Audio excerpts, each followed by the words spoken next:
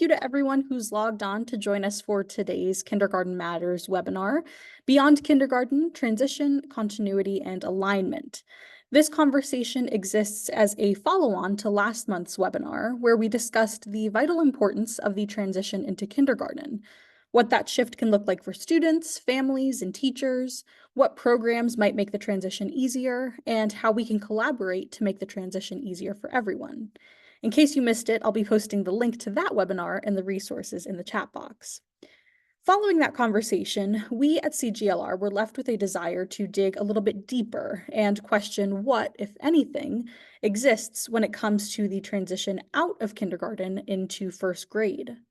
Evan, if we can go to that first slide, I quickly wanted to share this powerful graph with all of you that's helping guide us in the Kindergarten Matters webinar series. A core component in this series and in our conversations and in GLR Week 2024, hopefully you guys can register, is this idea of closing gaps. As you can see, this graphic amplifies the vision of the conversation today. If we are unable to fully address this literacy gap by the end of the kindergarten year, our students feel the consequences for the elementary years to come. In order to prevent this gap from existing and growing, we felt the need to discuss why and how best to address the kindergarten to first grade transition so that students are able to maintain the powerful skills and lessons learned in their kindergarten year.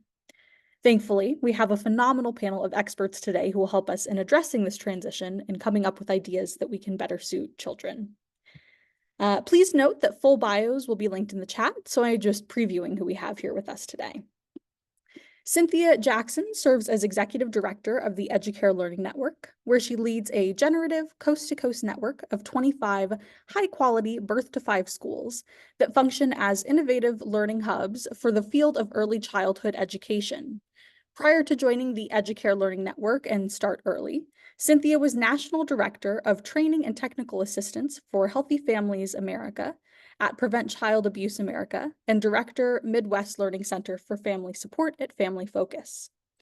David Jacobson is the director of EDC's First 10 initiative, which supports a national network of school early childhood community partnerships.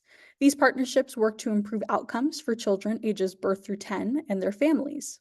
Jacobson is the author of All Children Learn and Thrive, Building First 10 Schools and Communities, a 2019 report funded by the Heising-Simons Foundation, which presents findings on coordinated efforts to improve teaching, learning, and care for the first decade of children's lives. Ryan Lee James is the Chief Academic Officer and Director of the Rollins Center for Language and Literacy at the Atlanta Speech School, where she develops and curates academic programming for schools and clinics that serve children who have learning loss, speech-language delays, and dyslexia. James is also responsible for designing and implementing large-scale community projects aimed at improving language and literacy for children from birth to third. Bonnie Short began serving as the director of the Alabama Reading Initiative with the Alabama State Department of Education in July of 2021. Her previous work as a primary grade teacher, reading coach, school principal, and a regional literacy leadership specialist greatly guides her state work. Paula Grubbs is a technical assistance specialist at the Frank Porter Graham Child Development Institute at the University of North Carolina. Her current projects include the Early Childhood Technical Assistance Center, Kindergarten Sturdy Bridge, and the North Carolina Data Governance Project. And last but not least, our moderator for today's conversation, Christina Lopez. Christina currently serves as the president of the Maryland Association for the Education of Young Children and has over 25 years of diverse experience in the field of early childhood education and nonprofit leadership.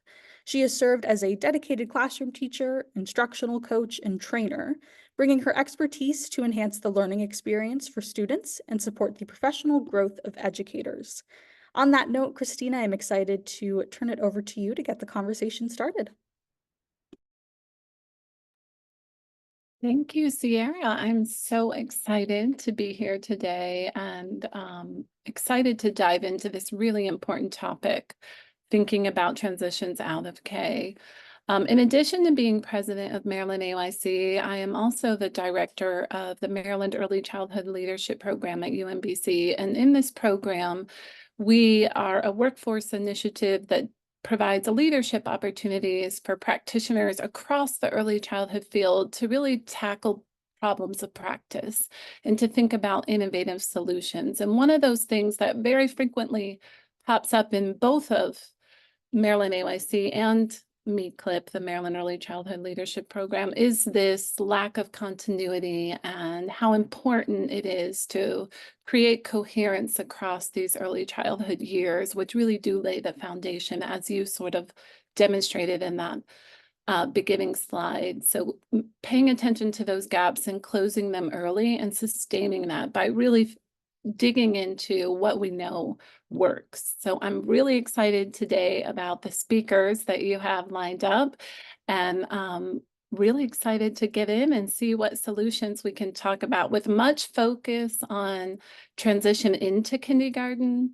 There's not a lot of conversation about that transition out and into first grade. So to get us started, I would like to turn to Paula. For those of you who are unfamiliar, Paula's work at Frank Porter Graham Child Development Institute deals largely with kindergarten sturdy bridge learning community. And in those communities, which Maryland AYC is a part of our state team, we have frequent discussions taking place around the importance of the kindergarten year. Paula, can you start us off by sharing some context into what, if anything, you've heard from the conversations as it relates to this topic of transition from kindergarten into first grade? Sure, absolutely. Hello, everybody. I'm thrilled to be with you today. We all, I know on this call, we all agree that kindergarten is a critical inflection point in a child's education. And I think we probably have broad agreement that well-aligned, high-quality early childhood and kindergarten programs can lead to long-term positive outcomes for children in developmental domains like motor skills, social skills, cognition, language, but also in content areas as children enter the early grades, such as math and literacy. And we see these benefits as early as the first grade year, with some benefits persisting well through elementary school. Just as Christina was saying, research provides a lot of information about effective strategies and what works for the transition into kindergarten. But we know the transition from kindergarten into first grade is also powerfully important, but it doesn't receive as much focus. We also know that sometimes we see local district and school practices and implementation efforts arising before we see them at the state level or even in research. And this is certainly true about the K-1 transition. So in terms of the kindergarten sturdy bridge learning community, few states indicated that they focused intentional efforts around the K-1 transition. But we heard several budding and emerging strategies that school districts and schools are using, such as peer strategies like kindergarten and first grade buddies, instructional supports, like really focusing on data and sharing that information across grades, as well as, say, vertical alignment, and then classroom structure efforts like looping, in which teachers stay with groups of children for more than 1 year. But the two most important ideas that came up have been the importance of developing a culture of transition, and then the focus on creating family partnerships. So that culture of transition, state and local teams in our learning community describe that as specific activities, connections, and relationships that occur over time. So not a one-time event, but over time through multiple means or ways. And then really with a focus on creating family partnerships that lead to building a school community. In terms of family partnerships, and Christina, I think that you were part of this discussion. Our learning community talked a lot about the critical importance of family partnerships as part of the, of course, transition into kindergarten, but also the transition from kindergarten into first grade. And so this idea that engaging But more than engaging, partnering with families is essential. We know that family engagement and partnerships are related to improved academic achievement and decreases in social and behavioral challenges. We've talked about family engagement for a long time in the field, but we're starting to have newer ideas of family engagement in which we're really strengthening the role of families in decision making and learning from their funds of knowledge. We know that if we consistently engage and partner with families, that's one of the most significant predictors of students' long-term educational attainment and school success throughout their academic career. So even though we haven't had a lot of information around specific strategies that states are implementing, at least in our learning community, around the kindergarten first grade transition. What we heard is a commitment to this kind of culture of transition and family partnerships. So I look forward to hearing a little more about what panelists have to say and delving into this issue. Thank you, Paula. I really love how you kind of captured this culture of transition, because it really is one of those best practices that we do in early childhood, and kind of thinking about how that continues on past kindergarten. I wonder if you might share some perspective a little bit more about how important this transition is when it comes to various school communities. And what does that idea of kindergarten as a sturdy bridge, but between grades mean for children that need extra support? Sure. Research is also clear, and findings are consistent, that not all children have the same early childhood, kindergarten, or early grades experiences. So we see opportunity, skill, and achievement gaps prior to kindergarten.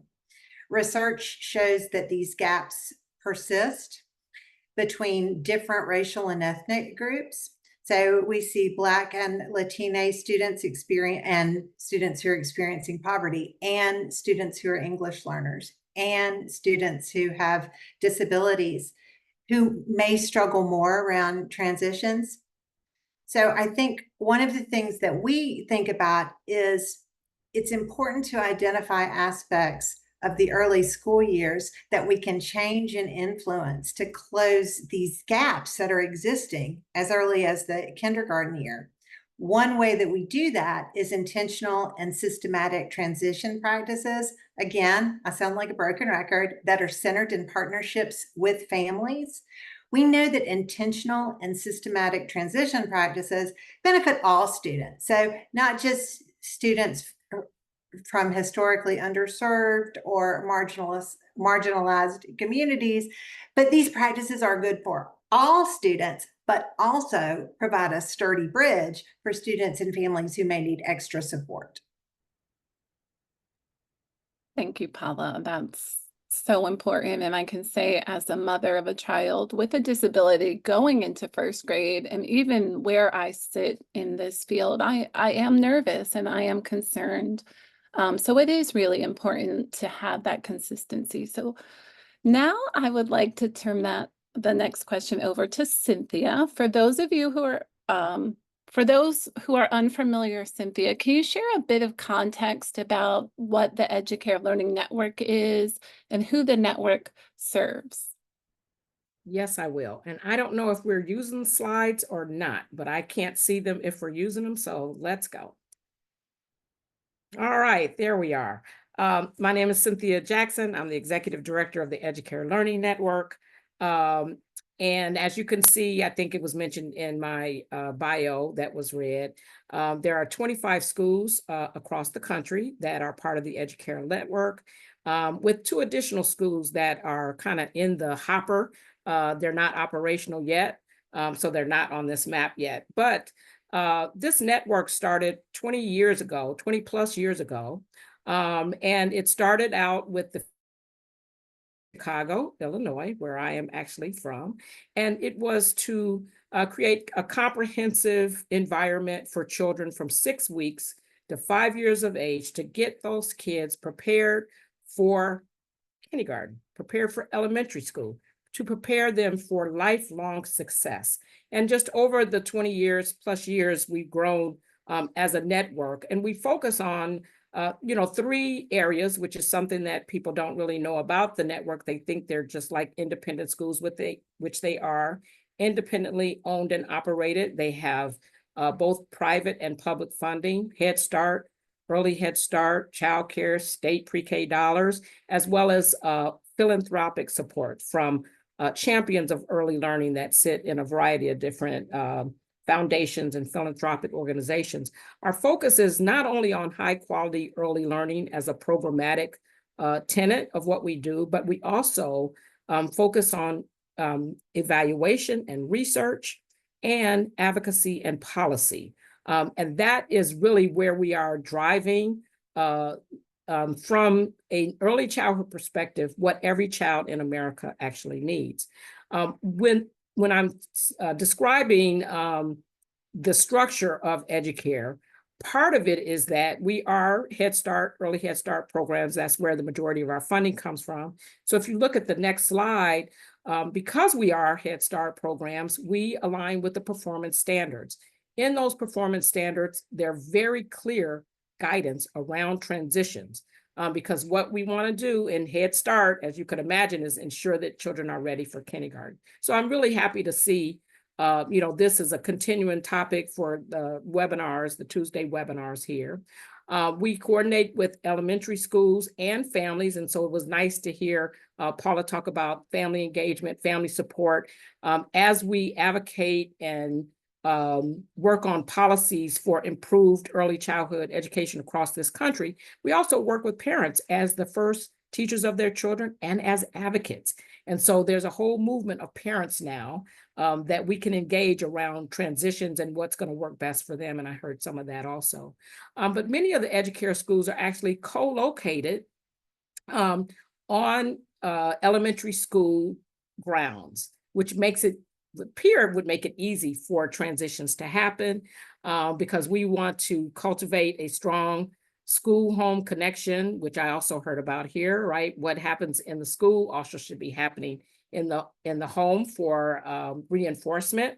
And there was one more point on that slide, which is we also address the previous slide. We also want to address chronic absenteeism, which we also know has a significant impact on the long-term success of children. And so we focus on absenteeism, or ensuring that children are not absent, and ensuring that parents understand the importance of being present, even in the early childhood years.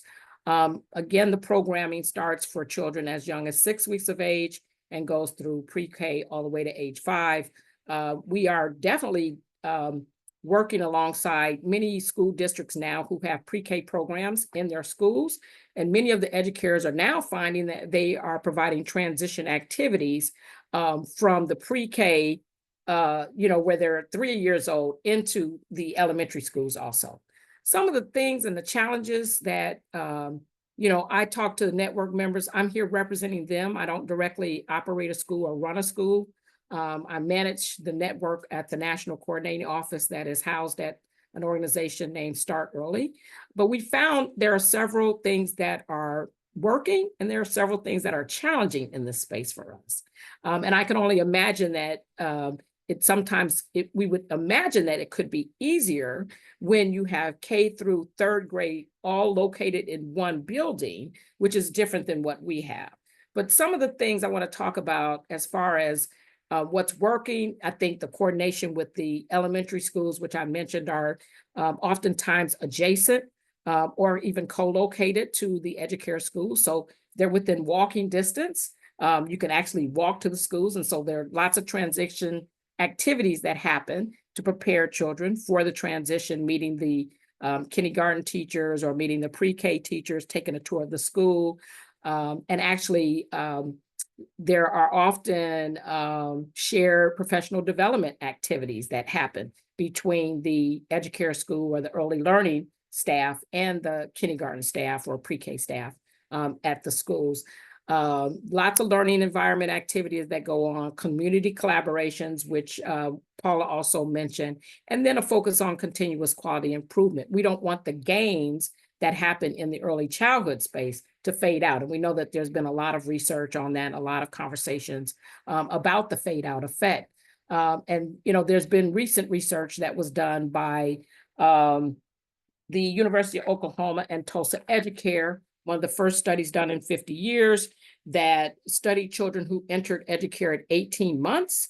And they tracked them through third grade, and they found that the gains persisted through third grade. They were at the national average for oral comprehension, vocabulary, and math at the end of third grade. So, just evidence once again that early childhood works and supports children as they enter the elementary school space.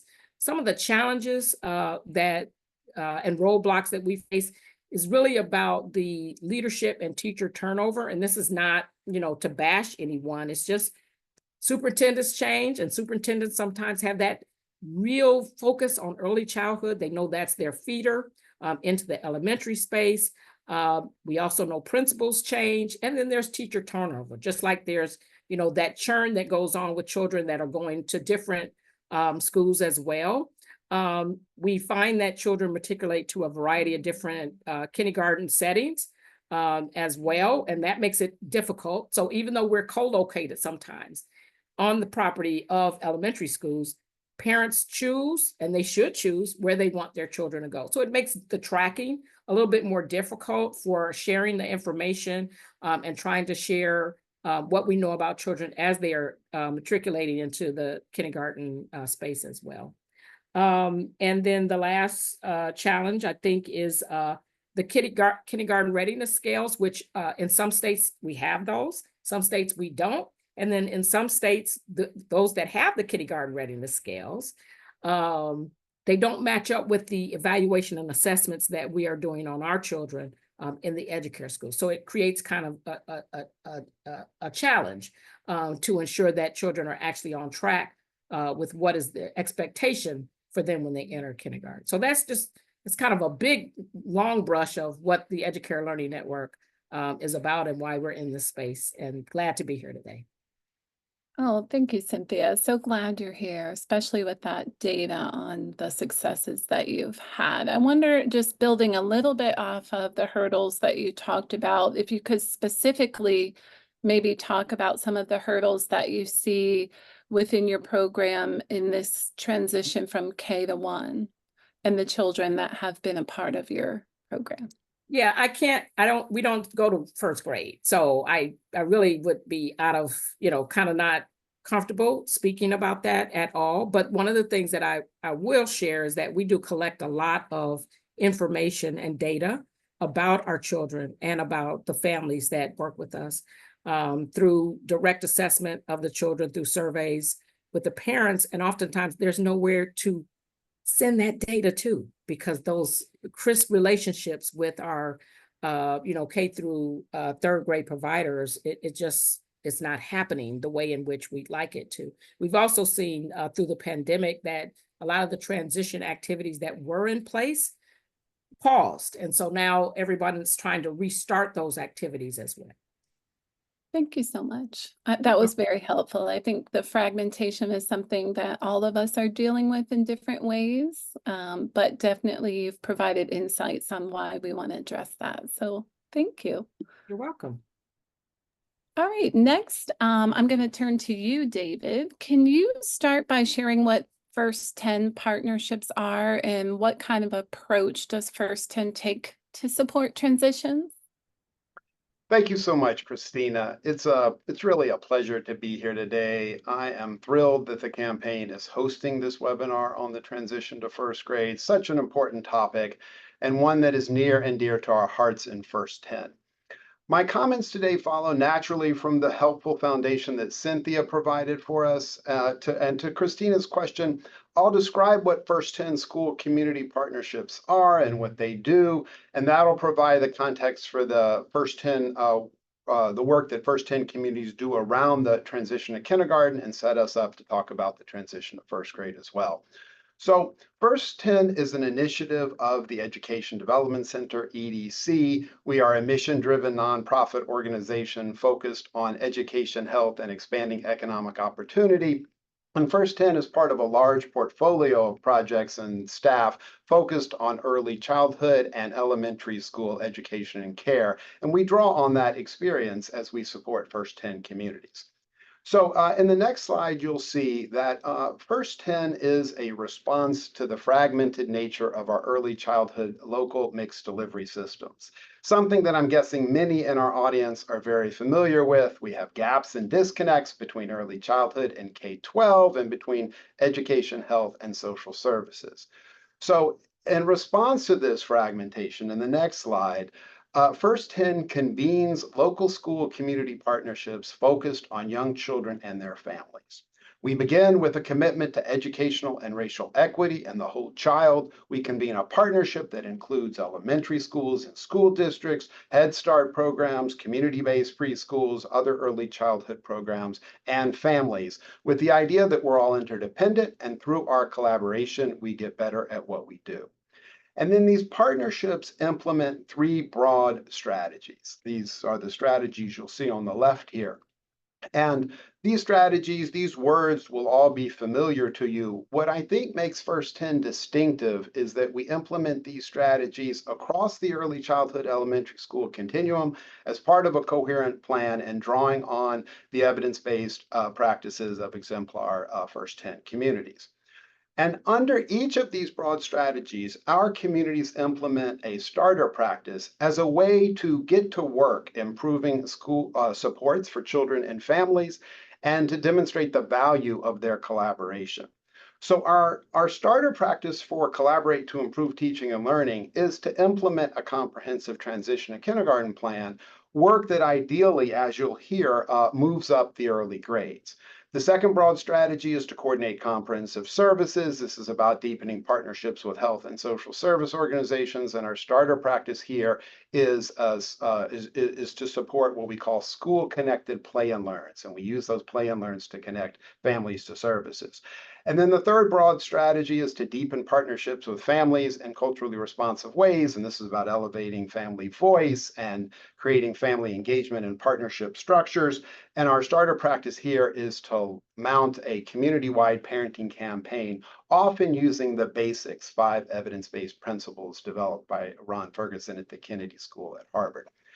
So approximately, in the next slide, you'll see approximately 40 communities in 7 states are part of the First 10 network. And from our founding, it's been important to us to implement the model in urban and rural and suburban contexts.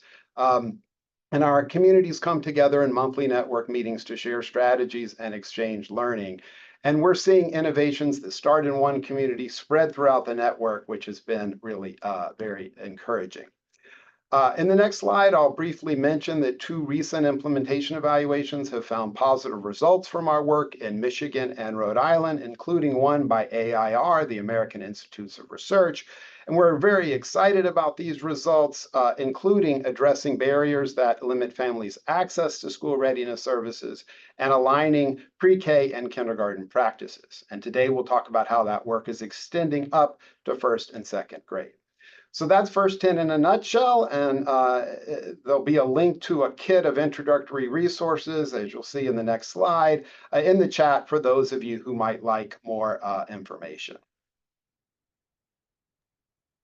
Thank you, David. I am a big fan of your work. I know us in Maryland have really been digging into kind of this idea of looking at those first 10 years and really creating that continuity and those relationships to make sure that we focus on the needs of these children. So can you talk a little bit more about First 10's learnings and insights that have come from your kindergarten transitions and what you think those implications might be in the K-1 transition space? Sure, Christina. So as I mentioned, all First 10 communities implement comprehensive transition to kindergarten plans. And we use the well-known 4-connection framework that is supported by the Office of Head Start to guide our transition to kindergarten work. This is a descendant of Bob Pianta's important work in this area. And what I like so much about this framework is that it emphasizes the child and family connections that I think first come to mind when we think about the transition to kindergarten. And it draws our attention to critically important program and school and community school connections. So child and family connections are everything we do to make children and families comfortable and prepared with the transition. Program school connections are between feeder preschools and Head Start programs and elementary schools, and this is about aligning family partnership practices, teaching and learning practices, registration practices. And community connections can involve a lot of different stakeholders in the community, but in our work primarily include our wonderful librarians who are great supports for the transition to kindergarten and after school programs. So in the next slide, to give you a concrete sense of what First 10 communities do around these 4 connections, here is a menu of activities that our communities draw from. Most do several of each of these connections over time, several activities in each of these connections over time. So you'll see a number of valuable child school activities under school family. We really think of this as kindergarten orientation on steroids. So as one example, Conestoga Valley, Pennsylvania has created the Kindergarten Express using a train motif with stops for several different kinds of transition to kindergarten events throughout the spring. And now up in rural Maine, some of our communities there have adapted that to become Hike the Trail to kindergarten. So again, you see this idea of several different kinds of events for families. Then on the next slide, under program school connections, this is when we bring Head Start, community-based preschools, and elementary schools together. We'll collaboratively create a child information forum so that pre-K and Head Start teachers can share information about rising kindergarten students with their kindergarten teachers. And then a signature priority for First 10 is to bring Head Start, community-based, and district pre-K and K teachers together for joint professional learning. And sometimes this includes first grade and even second grade teachers joining as well. And I always say a little bit of magic happens when we do these joint professional learning. We look at standards, curriculum, routines, terminology, social emotional learning, ELA, math, and this is often when our partnerships really mesh and folks feel the value of their collaboration in deep and meaningful ways. And here I'd like to briefly mention that a recent federally funded study on the transition from Head Start to kindergarten didn't find much in the way of vertical alignment work in their case studies. Stacy Ehrlich Lowe was a panelist on a campaign webinar in June and mentioned this, and that's a really important finding. And I would like to add that this vertical alignment work is important and that from our perspective, it is feasible. That is to say, all of our communities do it. And that based on our experience in many communities, it is powerful, powerful work that really can be the catalyst for a successful school community partnership focused on children and families. And then in that last category, you see a number of activities that libraries do. Our libraries, as I've said, have been wonderful partners around the transition to kindergarten. So for more information, I recommend Alabama's Transition to Kindergarten Toolkit, including in particular Section 2. I'm thrilled that Bonnie will also be talking about the good work underway in Alabama. And in collaboration with 8 state agencies, we led the development of this Transition to Kindergarten Toolkit, and Section 2 summarizes much of what I've discussed today in about 4.5 pages. So then in the next slide, drawing on this transition to kindergarten experience, I'd like to propose an initial list of transition to first grade practices that we in First 10 will be focusing on in the coming year. So this is just an initial list. I'm sure all of us here today can expand upon it with many creative ideas that I look forward to soaking up. So you see student supports like move-up days and meeting our first grade teachers and getting advice for first grade from first graders. You can imagine a video about first grade. Under family welcome and orientation activities, I would just kind of underscore what Paula said about the importance of getting input from families, using your current first grade families to really learn what would be most helpful to them around welcome and orientation activities. And then you see that there are three important areas for kindergarten and first grade teachers to collaborate on: discussion of individual student strengths and needs, joint professional learning, as I've mentioned, and the alignment of curriculum instruction and assessment using curriculum maps and scope and sequence documents to make sure that we're aligned, and that the work that we do in the same way that it's important that we make tweaks to the end of the pre-K year to prepare children for kindergarten and tweaks at the beginning of the kindergarten year to really explicitly build on the pre-kindergarten experience. We want that same kind of alignment to happen between pre-K and K. And then we can also see our after-school programs and our libraries and maybe other community organizations helping with the transition as well. So here I thought I'd share one example of what this work looks like in one community. So the York City First 10 partnership in Pennsylvania. York is a school district of 6,000 students. 95% of the students in the school district receive free or reduced lunch. 91% are students of color. And this is an ambitious partnership that implements both citywide First 10 strategies, including most of the transition to kindergarten practices we've discussed. And York also supports 3 First 10 community schools. And so for the purposes of our conversation today, I'll just quickly flag a few highlights relevant to the transition to kindergarten. So this past year, the school district implemented early grades vertical collaboration sessions every month in First 10 schools.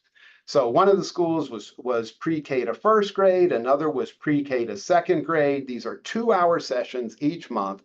And we structured these meetings around standards, around planning teaching strategies and social emotional learning, English language arts and math, and the alignment of strategies across the grades. And so now we have kindergarten teachers who are using SEL and PBIS strategies that they learned from pre-K, which was an exciting development.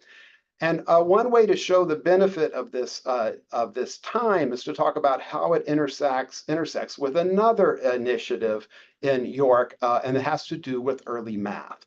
So the Heising-Simons Foundation is funding a pilot in York City where we integrate early math games, developmentally appropriate early math games into First 10. So Young Mathematicians is a sister project at EDC. And what Young Math has done is to curate a set of 55 terrific math games for children ages 3 to 6 that are available for free on their website. These are wonderful for use in classrooms and to share with families. And each game has an accessible, very family-friendly video in different languages with family-friendly instructions. And again, these are all free.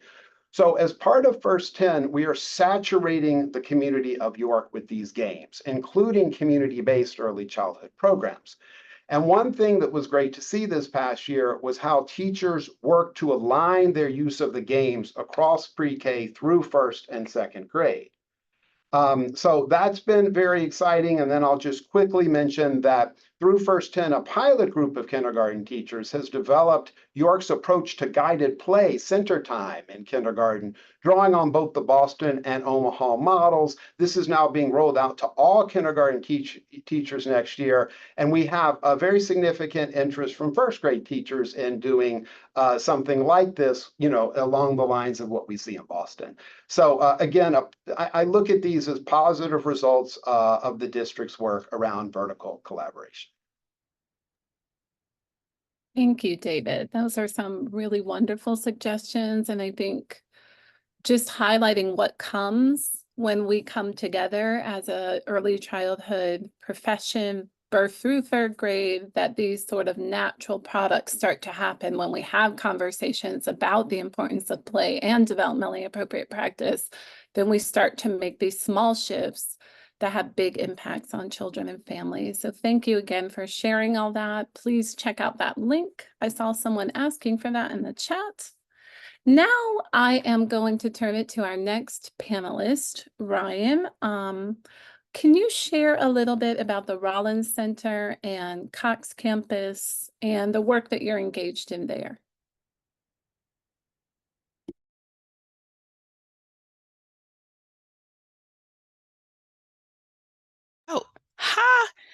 I was talking and I wasn't unmuted. Okay, that's funny. Hey, y'all. Good afternoon. I am delighted to be here. My name is Ryan Lee James, and I have the privilege of serving as the director of the Rollins Center for Language and Literacy at the Atlanta Speech School. So I am so glad to be here and get the privilege of being on this panel. Hey, Bridget. Um, I am delighted because there are so many people on this panel, or the folks on this panel I deeply admire. And obviously, the participants are engaged in this work day to day. So I'm glad to be here with y'all. I wanted to take my time to talk about assessment. So what you see on this slide here is our equitable literacy model. And this model really focuses on these elements that you see on the screen: educator professional learning, instructional coaching, culturally responsive pedagogy, high quality instructional materials, data and assessment, and MTSS. So this is obviously like way too much to talk about today. But I want to take the time to talk about data and assessment because I think it is so critical when we think about that bridge from kindergarten to first grade. And so this is just a bit of an explanation of sort of how we conceptualize and operationalize each of these components of our equitable literacy model. And I won't read these. You can just advance the slide, Christina, and I think y'all will have access to this. So data and assessment. I think when we are thinking about, well, before I jump in here, let me just say that the Rollins Center for Language and Literacy is a program of the Atlanta Speech School. Our organization serves children on campus that have early speech and language delays, children who are deaf and hard of hearing, and children who have red flags for or a diagnosis of dyslexia. And the Rollins Center, a program of the speech school, is really focused beyond the walls of our campus. We support teachers, school leaders. We say we support anyone in a child's life from the third trimester of pregnancy all the way through literacy. And we know that many of our children around the country, of course, there's disproportionate impact by race and socioeconomic status, that are not achieving literacy by third and fourth grade. And so we provide professional learning content on our free online Cox campus. We just received IDA accreditation, which is very exciting, but we make those resources open and accessible for free, completely free, because we know that educators having access is equity. And so thinking about data and assessment specifically. So when we were having the prep conversation around this, data and assessment came up for me immediately, because one of the things that I think we see is that as children matriculate from pre-K to kindergarten to first grade to, second all the way through elementary school and beyond, there isn't a systematic way to track progress. And so what we've seen is that each year, sometimes it feels like teachers are starting new, even though these kids have already been in the building maybe 2 years already. And so focusing on data and assessment, I think, is critical. And we've seen in our work that as the link from pre-K to K to first and second and third, the closer we get to achieving 80%, y'all know that RTI model says that 80% of kids will be able to access tier 1 instruction. I think when we see the link in data and assessment from pre-K to third, we get closer to that. And we've certainly seen examples of that with our partners. So developing and executing a comprehensive data and assessment plan is at the core of equitable education, and as a part of this, including a process for analyzing and sharing data as students matriculate. So I'm sure, y'all will agree with me in saying that schools sometimes are really good at collecting data, not always strategic in the data that we collect. And sometimes we collect data that we don't even analyze, which is insane. So if valid and reliable data is not driving instruction, then what is driving our instruction? What is driving what we do with students? And so assessment plans should include systems level indicators, teacher and leader data, as well as student level data like student outcomes. And we can think of examples of these like walkthrough forms, site forms, and of course, child outcome data. I think it's important to talk about systems level indicators because often when we look at what is happening in a school or a district, it's not always isolated. It's hardly ever isolated, right, to one particular classroom or one particular grade. We're usually seeing trends across our entire system. But stepping back, for example, and looking at universal screener data would, holistically is one way to give a good indication of how the system is doing overall. Data should also drive professional learning and coaching opportunities. I think about schools that I've worked in and schools that I've supported. We collect a ton of data. Data tells us that overall students are not faring well. And then the professional learning opportunity isn't always tied to students. And so I think not only can data and assessment drive what we do for kids, it can also drive what we do for teachers. And of course, intentionality is key because we know that many of our folks are already engaged in assessment and data. It is how we're engaged. And so we can go to the next slide, Christina. Thank you.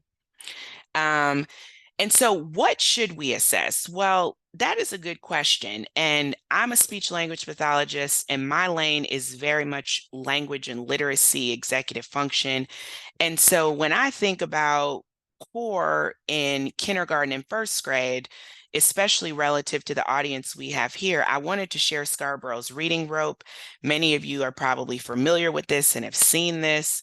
Of course, this is not the end all be all. We have other language and reading models that are even give us even more information than what Hollis Scarborough gave us in 2001. But I think this is such a great place for teachers and leaders to start around what should we assess. So we know in general when we're thinking about skilled reading, writing, and spelling that we have two big domains, oral language and word recognition. And so each of these big domains can be broken down into strands. And hopefully we see, and we can go to the next slide, that the assessment that we choose to engage in, especially around literacy, focuses on these strands in some form or fashion. So thinking about assessment, and we can think about assessment in many different ways: informal, formal, standardized, unstandardized. I wanted to, or non-standardized, I wanted to share sort of how we talk with our partners about assessment, starting with a universal screener. Many states now have legislation around universal screeners, that we must administer universal screeners at least 3 times a year. And I think that we can think about the universal screener as a high-level systems check. How are we doing overall?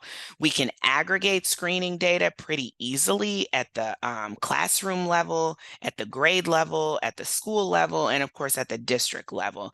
And so screening data is really informative for us. As educators and as leaders, right?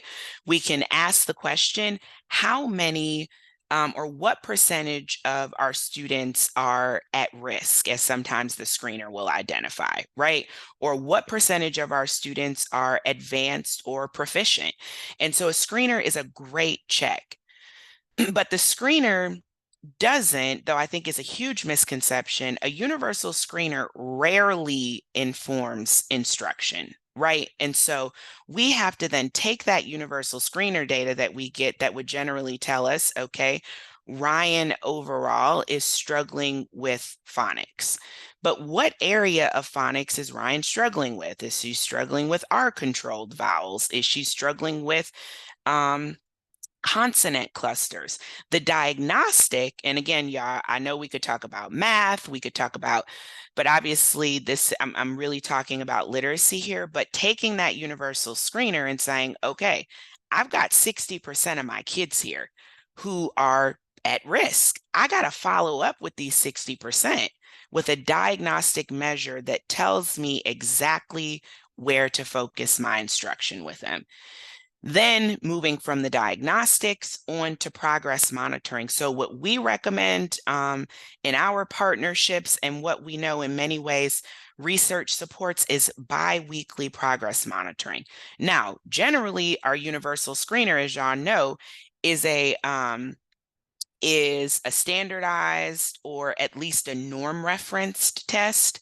And as we get to progress monitoring, right, we're looking at administering, in some cases, curriculum-based measures or more informal measures that really tell us week over week how the child is making progress in the curriculum. And the reason why I'm choosing to focus on this, because if you teach first grade, imagine how wonderful it would be to have the kindergarten teacher sort of hand you progress monitoring information that says, you know what, when we ended last school year, Ryan was really struggling with our controlled vowels. So as we head into the summer, we know she might experience some learning loss over the summer. When you come back, you know you need to start with our controlled vowels with Ryan. And that's just one example. We can go to the next slide, Christina, or Evan, sorry. Evan's control. Sorry. So y'all are going to have access to the slides. I wanted to just include some examples around screening targets. So letter name fluency, phoneme segmentation, nonsense word fluency, word reading, oral reading fluency, and vocabulary and listening or reading comprehension. And we want to include measures of vocabulary and listening comprehension across all time points or across all grades, but also, right, once kids get at the second half of first grade, second grade, and third grade, we should be, for a majority of our kids, be able to implement screening measures that include comprehension, reading comprehension. And of course, this is not going to be uniform across all kids.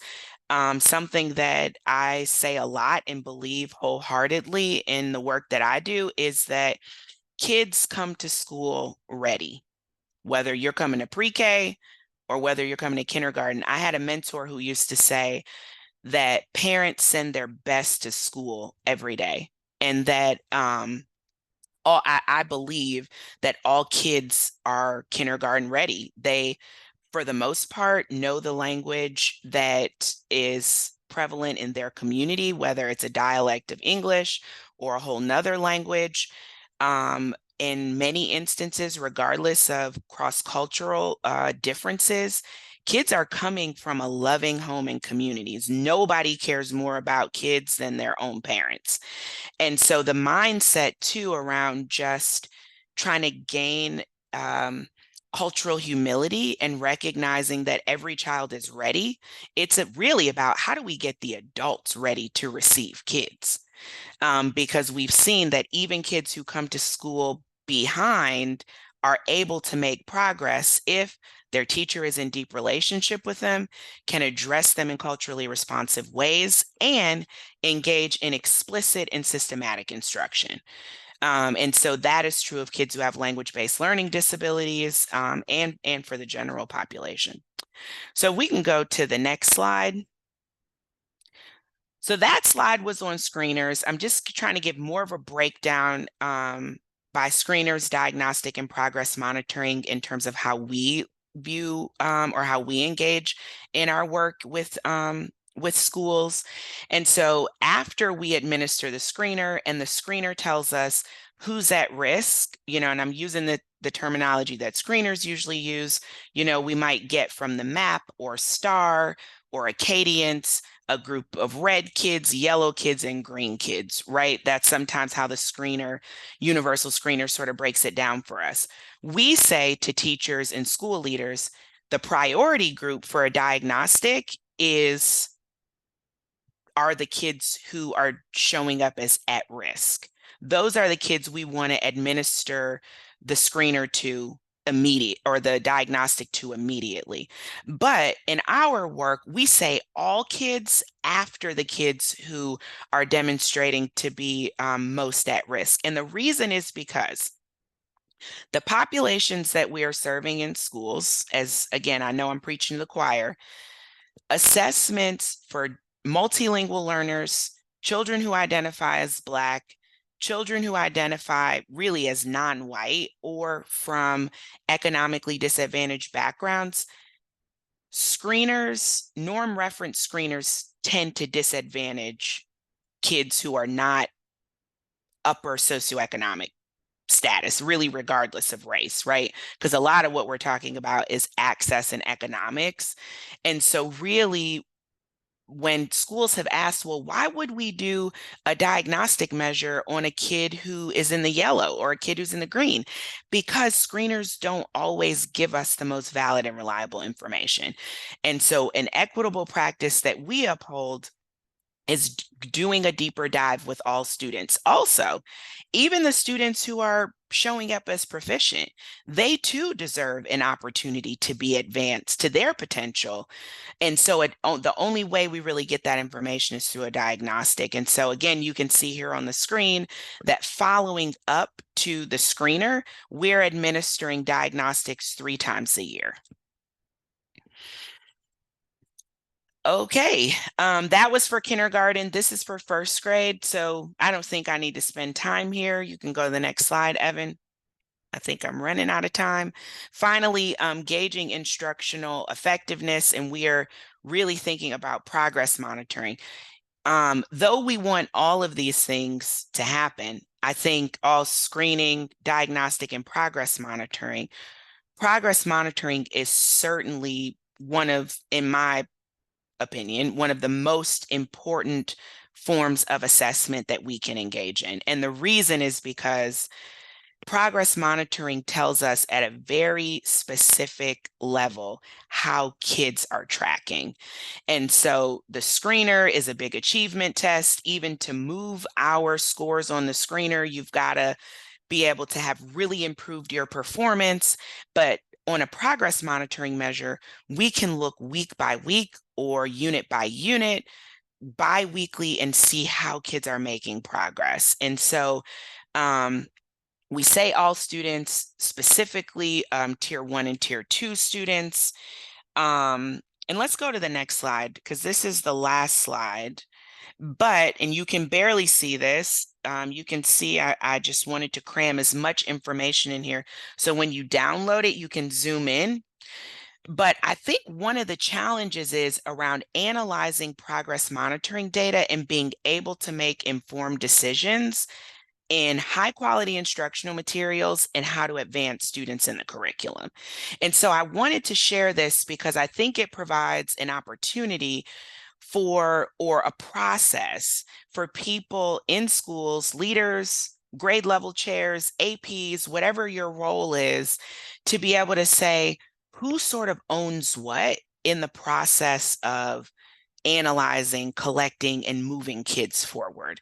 Because for me, what I see is that we're really good at collecting, but when it comes to analyzing and interpreting, I don't know that schools are doing a really good job of that. And that's not an indictment on schools.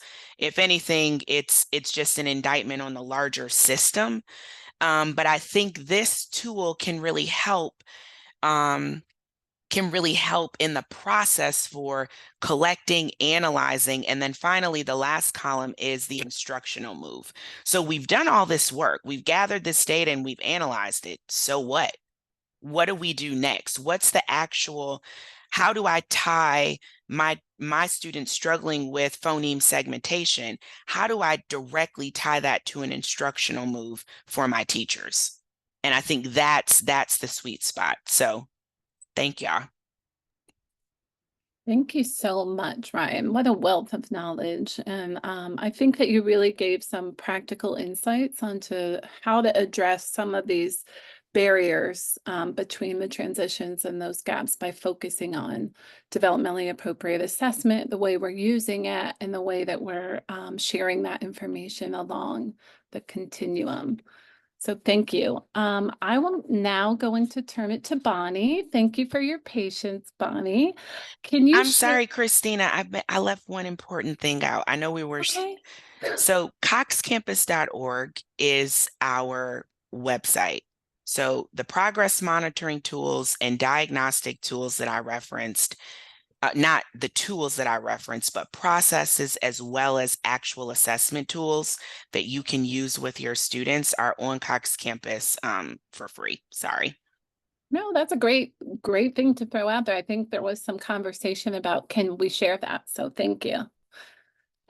So that's in the chat. And now, Bonnie, over to you. Would you share with our attendees about the exciting work that's happening in Alabama, what you're seeing there, and what might be helpful for us as we dig deeper into this work?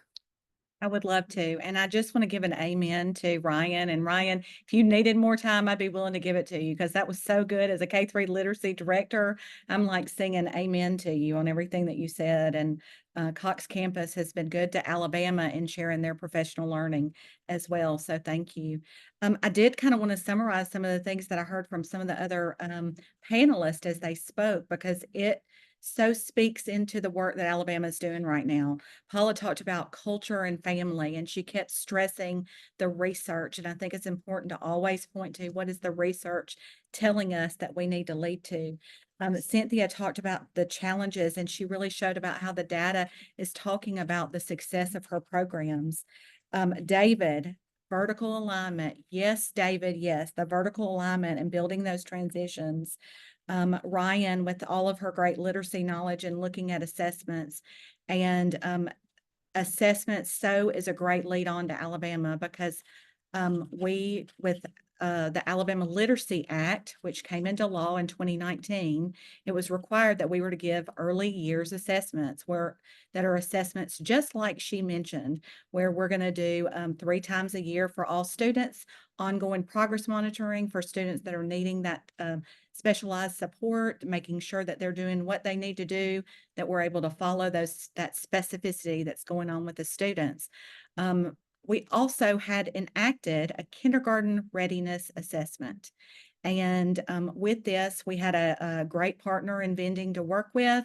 And we are separate from our early childhood agency. So it's 2 different agencies, State Department of Education and the early childhood department.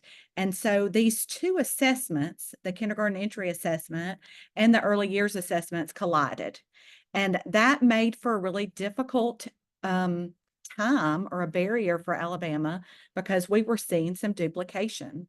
And do teachers have time to have duplication? They really don't. We need to make sure that what we are doing, and I think Cynthia may have touched on this, or Paula, we've got to make sure that when we are giving assessment, that what we are giving, we're using that data to guide things forward for our families, for our parents, and for our teachers. And so that is one of the areas that Alabama has been looking at right now, is how do we maximize that kindergarten entry assessment with our early years assessment, and also in conjunction with new legislation that passed in Alabama for a first grade readiness assessment.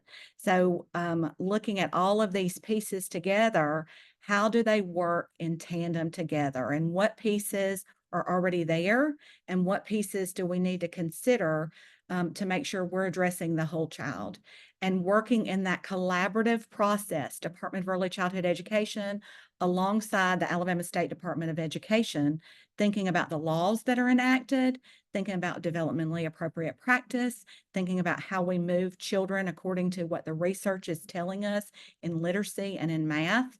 And we're really excited about what is soon to be released for Alabama teachers with regard to our kindergarten entry assessment and the direction that we're heading for our first grade entry assessment. How do we make those 2 pieces make sense and have that vertical alignment to teachers where they're usable? When the kindergarten entry assessment arrived, it really was an aspect where teachers were being asked to do kindergarten entry assessment, and then it stopped. It was really what was happening at the beginning of kindergarten. They had access to it beyond, but they didn't have to have access to it. It could be that they checked the box and we're done with that. And we've got to make sure that the work that we're doing is not just a list of check boxes. One of the participants talked about, I call structure generates behavior. If you have the right structure in place, it's going to generate the behavior that you want to have seen. Part of the behaviors we want to have seen is transparent communication with our families, making sure that parents know these are the vulnerable areas for your child. It's not something you need to worry about, it's something you need to work on. We are going to work on this in partnership. And here are some things that I know as an educator in this field who has this specialized training that you could do at your home to work with it. And these are the things that I'm going to do here in the classroom with. And then also looking at our community agencies. We can't neglect them because we don't just have children who come to school from 8 to 3 and then they go home to their parent from 3 until 12. They're stopping all along the way at various daycare centers or after school activities. And so we've got to make sure that these community agencies also have this knowledge. We developed a family and community outreach person at the State Department of Education with the Alabama Reading Initiative, and her primary focus is to engage community groups to come together and how can we provide professional learning to you that is accessible to you. Cox Campus is a great example.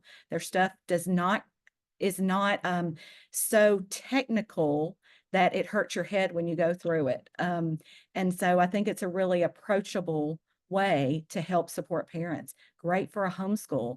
I saw the question in the Q&A about homeschool parents and how they can use it. And the Cox Campus Rollins Center information is a great tool for that. I think also looking at the intentionality. One of the participants mentioned about, are we being intentional? Are we being intentional with the data? Are we letting the data speak to us and move a kid forward in the right direction?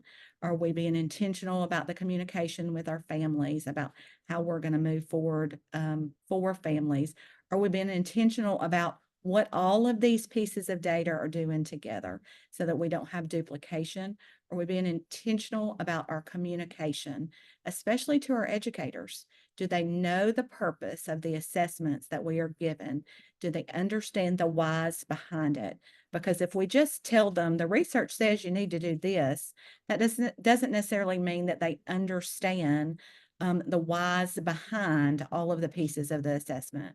So we want to be really intentional at making sure that they understand that this piece of the assessment is going to do this. And when you see XYZ, like we talked about phonological awareness, if we see that there's a gap in phonological awareness and that your students are not blending, are not segmenting their sounds, then that's an area that we can work on. If we're talking about phonics and they're not blending those sounds, that's a specific part that we can work on and turn that into instruction. Coaching, having the right people side by side to sit alongside somebody to show the teacher, hey, we're going to work in partnership. You know your children better than anybody else. My job is to focus on literacy instruction. Let's sit down together and let's partner and see how we can make the best situation for the students that you have in hand. I'm very blessed with the Alabama Reading Initiative that they give us the opportunity to have coaches to help support. We just got back our most recent data. We are seeing achievement gaps close for children. And I know it's because we're being very intentional about the standards and because we are being very intentional with coaching about making sure that it's a side-by-side partnership. Thank you, Bonnie. So many insights there. I love that, starting with the why and making sure, right? Because when we know the why, the how was easy. And that's so important for educators. So thank Simon you. Sinek got it right from the beginning, didn't he? That's right. Yes. Big fan. I was not in my head. So many different vantage points on this issue from all of you experts. I just want to close us out with a few final thoughts, or if you'd like to share a vision for this work moving forward before we go into Q&A. And I guess, Bonnie, since you're off mute and you had to go last, you get to go first this time. And then you guys can just hop in. I have a vision where we're minimizing the assessing that's taking place because we're really using it to implement instructional adjustments for children. And we're closing achievement gaps. So then the amount of assessing is able to decrease because we have less students that are needing that support. I'll go next. And Bonnie, I like that because we do a lot of assessments. We have so much data. We're not using it, right? And so can we double down on some things and not be overbearing with all the information that we collect? But what I would like is to try to understand. I have more questions. I think what's the systemic changes that need to happen in order for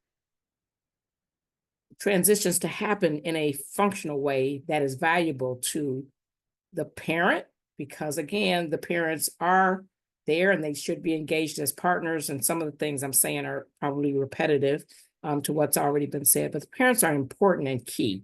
And twice a year monitoring sometimes, or twice a year sharing of what the children's outcomes or what's happening is not enough. If there's a child that has some special needs, special deficits, they need to be engaged more often than twice a year. This is not just, normal business and this is how we do it, but really to consider what parents and what children need to make this, transition happen and successful. Also, teacher partnerships, how's that working? And what needs to happen to improve on those? And then, there was a lot about the progress monitoring. I mentioned it should happen more often rather than, on some scheduled, activity. So more questions I think I have, but thank you to everyone that presented today. I learned a lot and I appreciate it.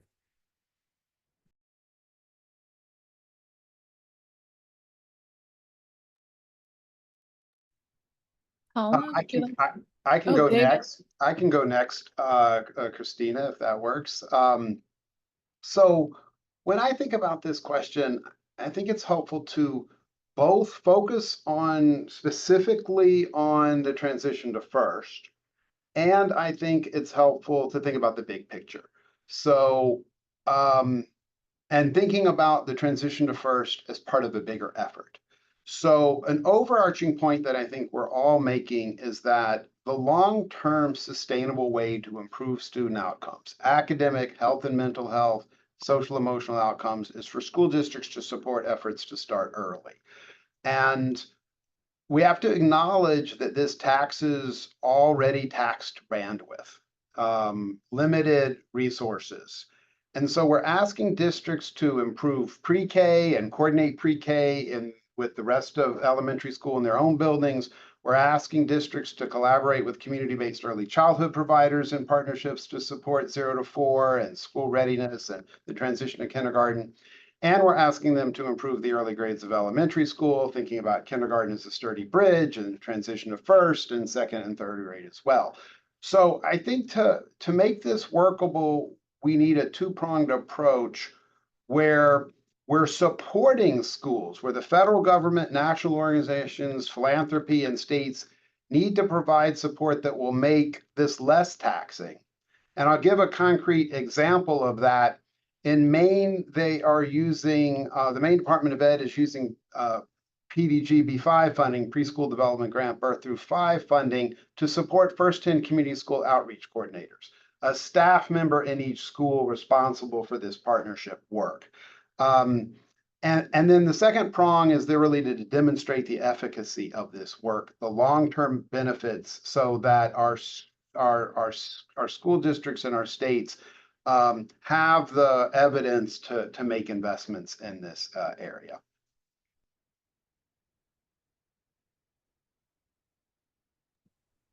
And I guess I can go next. I just agree with everything everybody said. I think the vision would be that I guess for me is that the system, however we define that the system really own what the system needs to do to change, because we've got motivated teachers, motivated school leaders, we've got parents who also have been disenfranchised for generations, and they want the best for their kids. And so I think, really, to Cynthia's point and to David's point around how can the system really own its responsibility to move the barriers out of the way for the people who are doing the work, making class sizes smaller, increasing pay, having two teachers in every classroom up until third grade. We know that's needed. Making sure teachers don't have to spend their funds on materials, but they can get high quality instructional materials. Open access to professional learning. I can't even count how many folks email and say, hey, can you help me get this, paper, this article, or this something that I want to read? And it's like, oh my gosh, you have student loan debt and you're not making anything. And now they want you to pay $48 for one article. That's insane. So I think when the system can own and shoulder the burden to move the barriers out of the way for the people who are doing the work, because nobody is more committed than teachers and parents and school leaders. Everybody's doing it because they love it. And so I think if the barriers are moved out of the way, and we've got to listen to the people who know what the real barriers are and then move those out of the way, I think we will see things change. I know we've mentioned families on the call quite a bit. Family engagement is key. It's huge. And in some communities, we have parents who want nothing more to be engaged. I'm thinking about a community I was working in New York, and how many parents were saying to me, we work 2 jobs. I mean, I want to be here. I want to show up and I want to be engaged. But I think that's a systems issue, right? That parents have to work 18 hours a day and they can't do all the pouring in with language and symbolic play at home. And all those are systems level things that, all of us we're sort of restricted unless those big systems can make some space for the real change that needs to happen.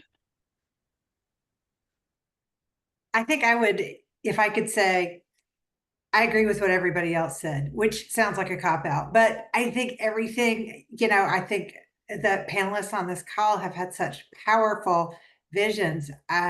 If I had anything to add, and again, it's echoing what folks have said, is really thinking about the implementation of evidence-based effective practices for all students, and really deeply partnering with families and communities, and not just families as decision makers for their own children, but families as leaders in our system itself. I just think that's kind of a vision I would like to see come into play one day.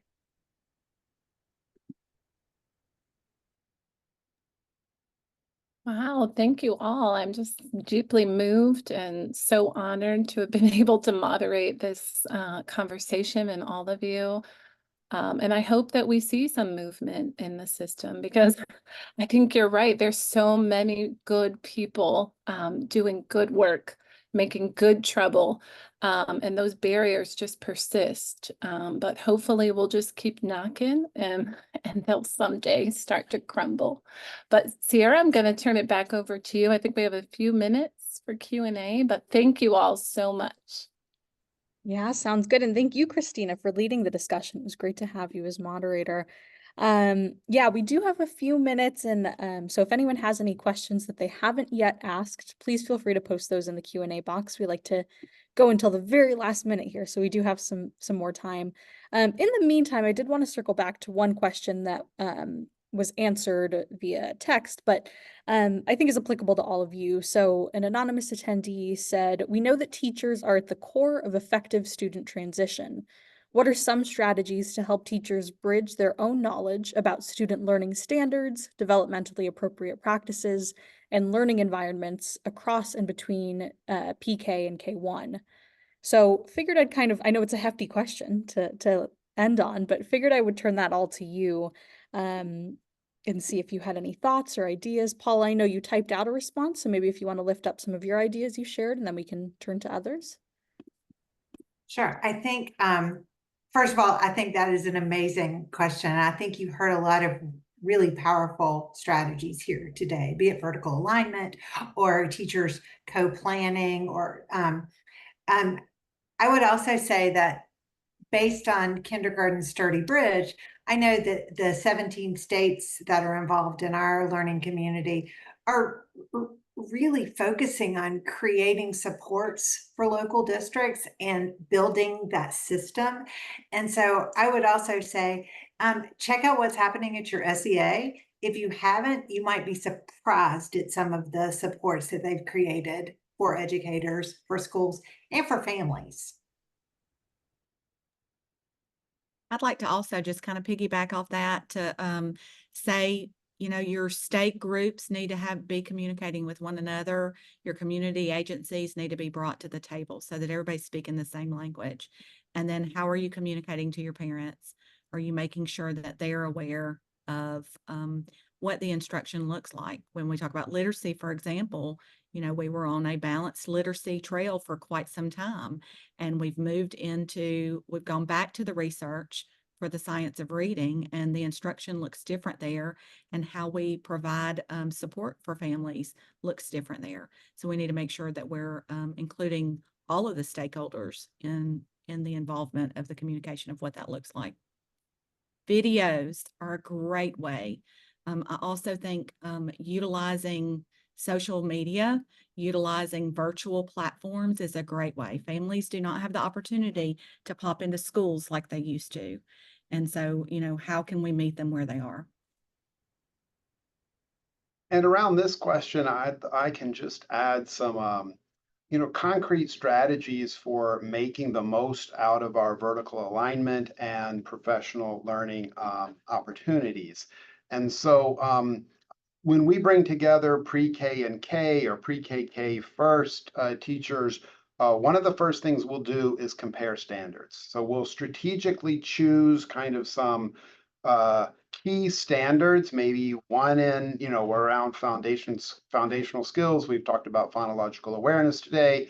One in early math, one in SEL, and we'll put the pre-K and first grade standards on the same page or you know, on 2 pages right next to each other, and we'll have a protocol of questions. What surprises you about these standards? What are the major differences in these standards? What is most challenging to teach about these standards? What teaching ideas come to mind to address those challenges? And what alignment ideas do you have across the years? So that's often how we begin our joint professional learning, and then move from there to talking about curriculum, routines, how we start the year, terminology, instructional approaches, et cetera. But to anchor it in standards in that way can be really, really helpful. And then our goal for First 10 Communities is to have at least 4 joint professional learning workshops after school during the year, where we bring together Head Start, community-based, district pre-K, and at least K, sometimes first grade teachers, for joint professional learning opportunities. We cover a range of topics, often kicked up by the teachers themselves. And then ideally, we also have a summer conference. So just this summer, bringing those same teachers together: Head Start, community-based preschool, district pre-K, district K. Just as an example, I mentioned the example in York, Pennsylvania. This summer, we had our 4th annual First 10 Transition to Kindergarten Conference. The first year was on social emotional learning, the second on ELA, the third on guided play in centers, and this year was on early math. And we had pilot group of teachers. Those are usually teacher to teacher sharing, where we had a pilot group of teachers share early math resources and strategies with each other. So just a couple of concrete ideas about how to make the most out of those professional learning opportunities. And I'll just share as well that our engagement poll has just popped up on everyone's screen. So if you're able to fill that out before you go, that would be great. And I know we only have a few minutes left, but David, I did want to give you the opportunity. I know First 10 is going to be digging into this a little bit more in the fall, and so kind of wanted to see if you wanted to share any information before we all depart. Sure, Sierra, thanks. So yeah, we're excited. I think the energy kicked off by the campaign and Ralph Smith and this webinar is I think a helpful prompt for the First 10 network. And we are eager to really focus some time and attention on the transition to first grade. It builds naturally from our work around the transition to kindergarten. So we're thinking of having, we're going to kick that off this fall with a webinar for network meetings and Friends of First 10, network members and Friends of First 10, and maybe broader, and kick off have the network come up with some initial ideas and then pilot those ideas over the year, come back around, see how they worked. And so I hope that this time next year, we'll have a lot more to say about our community's experience around the transition to first. That's great, David. Thank you. And I echo that. Hopefully everyone can mark their calendars, come back a year from today. But no, it was lovely to hear from all of you. Thank you again to our wonderful panel. Unfortunately, we're right up at the end of our timing. But I will say all of these organizations represented have great websites, great social media pages. So we really encourage you to check those out and get more information and resources. And then again, as always, you'll be getting a follow-up email on Friday with the resources, recordings, slides, bios, all of that good stuff. So keep an eye on your inbox for this coming Friday for that follow-up email. And in the meantime, I kind of echo the same sentiment to everyone. This webinar came together because we thought of a few different names and said, how can we come together and talk and brainstorm? And I feel like we did that. So for our attendees as well, we encourage you to talk and listen and brainstorm and come up with ideas too. And then before we hop off, just wanted to turn your attention again to our upcoming webinars. GLR Week is right around the corner. And so if you haven't yet, we really encourage you to register and put those sessions in your calendar. We have many. So if you miss one, catch the next one and the one after that. There will be many every day of the week. From the 12:30 to 2 p.m. Eastern time slot, and then again from 3 to 4:30. We'll have our core sessions, and then also wanted to remind everyone that on the 25th at 12:30, we'll be having a session as well, but this will be, like Evan said, a meeting format. And so it's not in the bulk Zoom registration that you see in the link, it'll be a separate link. But just as great. So we encourage you to register, make time to join this conversation as well, and all of our others. And I think that is it for now, but thank you again, everyone. This was a great conversation, and I hope you all have a great evening.